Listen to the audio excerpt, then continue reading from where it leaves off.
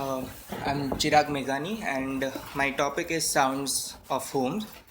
So it all started with the question that what makes one feel at home. So what is about home that, or what is it about the house that makes you feel at home? So whenever you are in a different physical space, what factors or what feeling of home or atmosphere of the space that makes you feel at home? So this is where I started from, and then it started with comparing two of the elements or the factors of home, which is one is the visuals and the sounds, and then comparing the importance or the significance of or which is more significant in order to determine what makes you feel more at home.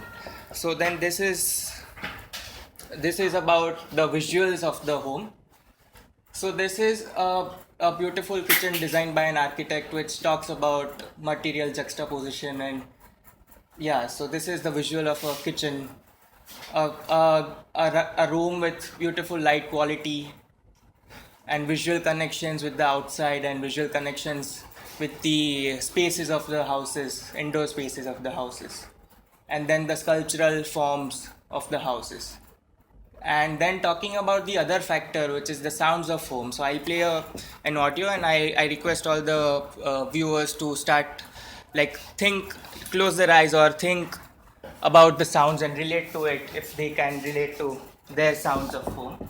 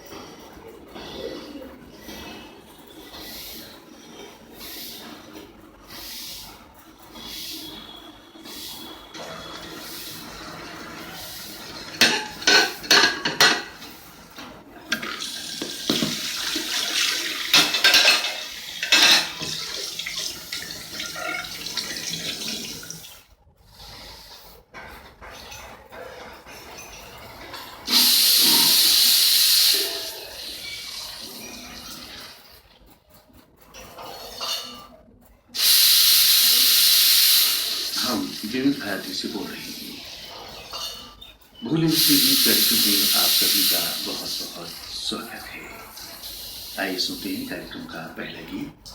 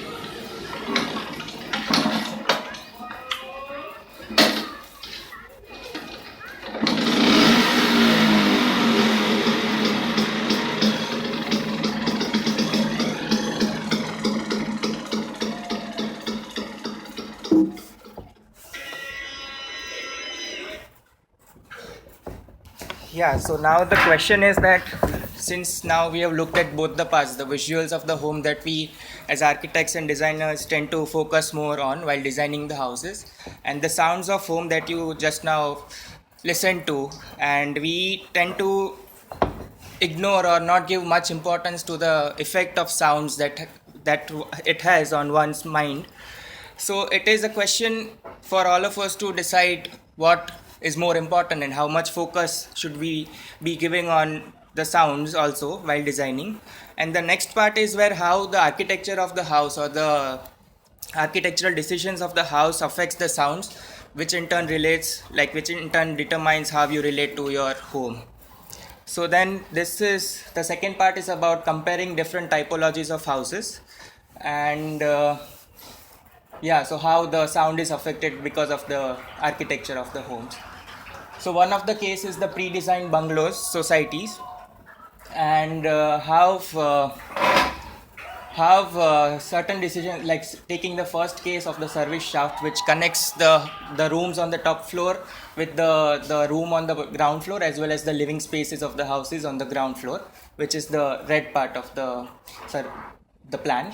And so this particular case, the grandmother sleeps on the ground floor, and because of the personal relationship with the daughter-in-law and the son, she tends to be like, she changes her behavior when she knows someone is approaching the ground floor or someone is entering the house. So what helps her do is that the small window in the shaft, and also the fact that it is connecting the house vertically also. So whenever the mother on the top floor flushes or takes a bath, and the grandmother has calculated the time required for her to come down, so then she may get ready for however she may want to present herself. Or when the son is coming into the parking or parking the car over there, she'll know because of the small window, and because of the sounds of the parking or opening of the gate, she'll again change her behavior or maybe make herself presentable or whatever she thinks is comfortable in front of his son.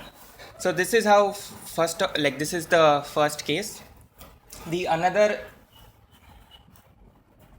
one is the site organization. So what happens is that one of the side of the house is much porous, where the doors and the windows open up to a small garden-like space, but the other half is where all the spaces, services and circulation is. So it's more solid walls. So what happens right now is that the houses are mirrored like this, and a good space, which is the garden space, is completely unused and completely ignored by placing furniture in front of the doors or barely opening the windows sometimes, because even though the parapet is not visually disturbing, but because of the sounds from the other house that overlaps with the sounds of our this person's house, it is the people started not using that space. But just a solution, like if the houses were not mirrored but repeated like this, then all of them get a personal or a private garden space which can be used and maintains the auditory privacy of the houses. Another is a private bungalow designed by architect appointed by the users. So in this house, what happens is that the spaces are divided, or you need to pass from one space to another, or by opening a door, or there is a particular more depth to the house. So what happens is that most of the source, the prime important source of the sound of homes, which is the kitchen or the utility area, is far separated from the living spaces of the house, just because a decision like having a air conditioned living room. So then, for example, the service window is closed off, and then there is a door which goes to the hand washing area, and then to the kitchen, and then dry utility, and then wet utility. So the sounds coming from all the active spaces of the house is blocked off, and then the experience that one has while being in a living room is totally different from maybe another kind of house where, because of such changes, the sounds of the kitchen overflows into the other living spaces of the house. In the same bungalow, as one climbs on the stairs, the room of the person is currently like this. So there is one front room, and then which leads to the bedroom. So and the room is at the mid landing level. So what happens is that the sounds of the home is completely blocked because of because of the position of the front room and the bedroom, and so the sound has to pass from two boundaries, and the person has always auditory privacy and does not experience the sounds of home as much as any other example. So what possible change here is that if the front room and the bedroom is shifted and and the wall is mirrored like that, so then what happens is that even though the person has visual privacy maintained, the experience of the auditory while someone is passing from the staircase, or the connection to the house auditorily, can be restored if a small change is possible. Then the other example of the same house is separation of the living room and the TV room. So what happens is that TV room, even though they are connected, it is at a mezzanine level, the TV room is separated by a soundproof glass. So what happens is the environment of the living room is devoid of all the passive sounds of the TV. So sometimes it gets more comfortable to have a passive sound of TV or a background sound when you want to be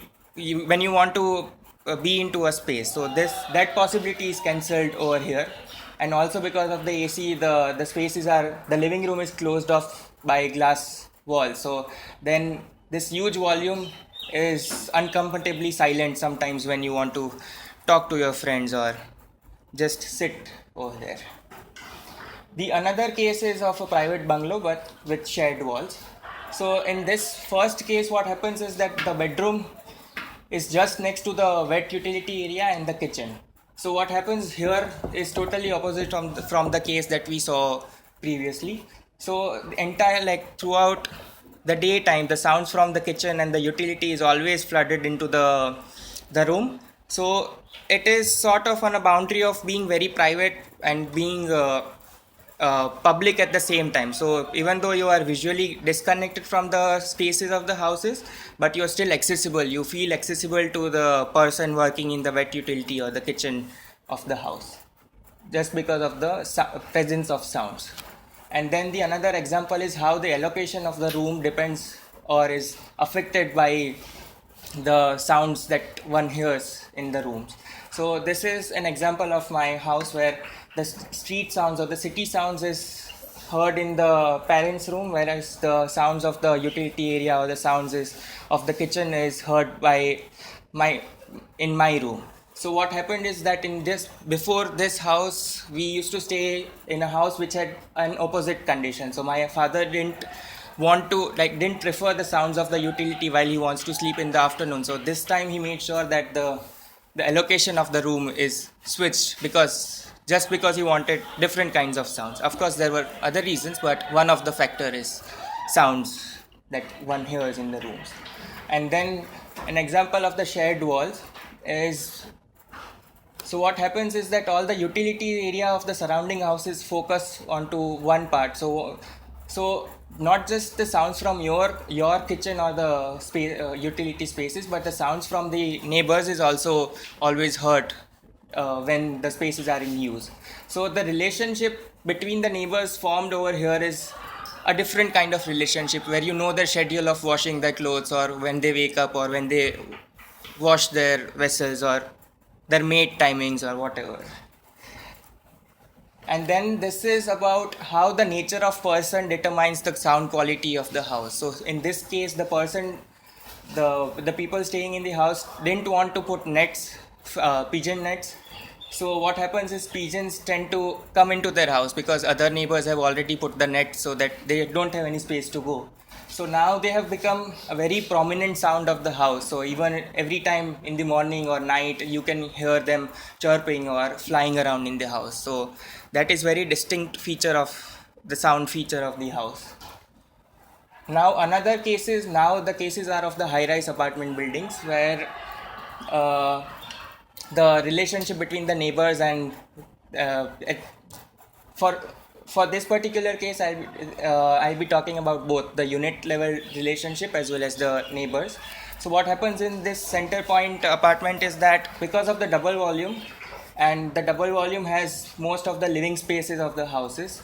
So all the rooms around all the rooms are arranged around the double volume and with the openings which open up into the double volume. So what happens in the rooms is that all of them are auditorily connected. So always you can hear sounds from the kitchen or the dining or the living room, which might have the TV. So you always feel the presence of someone even though you can't see. So which is sometimes a comfortable thing to always know that someone is in your house, your parents are in your house or your mother is in your house. And then the same case when we compare it with the neighbors, what happens is that the relationship between these two neighbors is very different because they share the space from which the sounds or the visuals of the kitchen can be overlooked. So they might be knowing the schedule of cooking or what they cook or what they like, but then if we take the relationship between that neighbor is connected by washroom windows. So then again, knowing their schedules of taking a bath or when they use the loo is how they connect to their neighbors. Then in another high-rise apartment, what happens is that the lift is connected to only one wall of the apartment, and generally the mechanism of the lift is attached to the back wall of the lift. So only out of 4, only this apartment gets to hear the lift sounds, and not just the lift stopping at their lobby, but anywhere else because of the shared wall and the mechanism on the shared wall. So it is in a way unfair if we consider lift sounds as a negative sound for this particular apartment only. Then looking at the sounds in the common areas of the high rises. So in this case, the kitchen windows open to the mid landing of the staircase. So at any particular time of the day, the person climbing up or climbing down the staircase will hear 4 different, or maybe more, but at least 4 different kitchen sounds around the houses.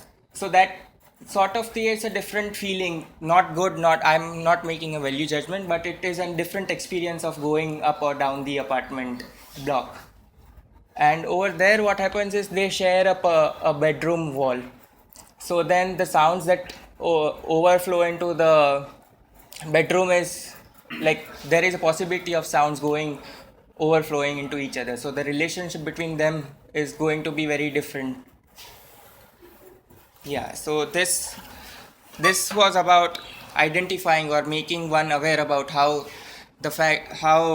factors like sounds can impact your association with your home, and it's not just the visuals of home that matters.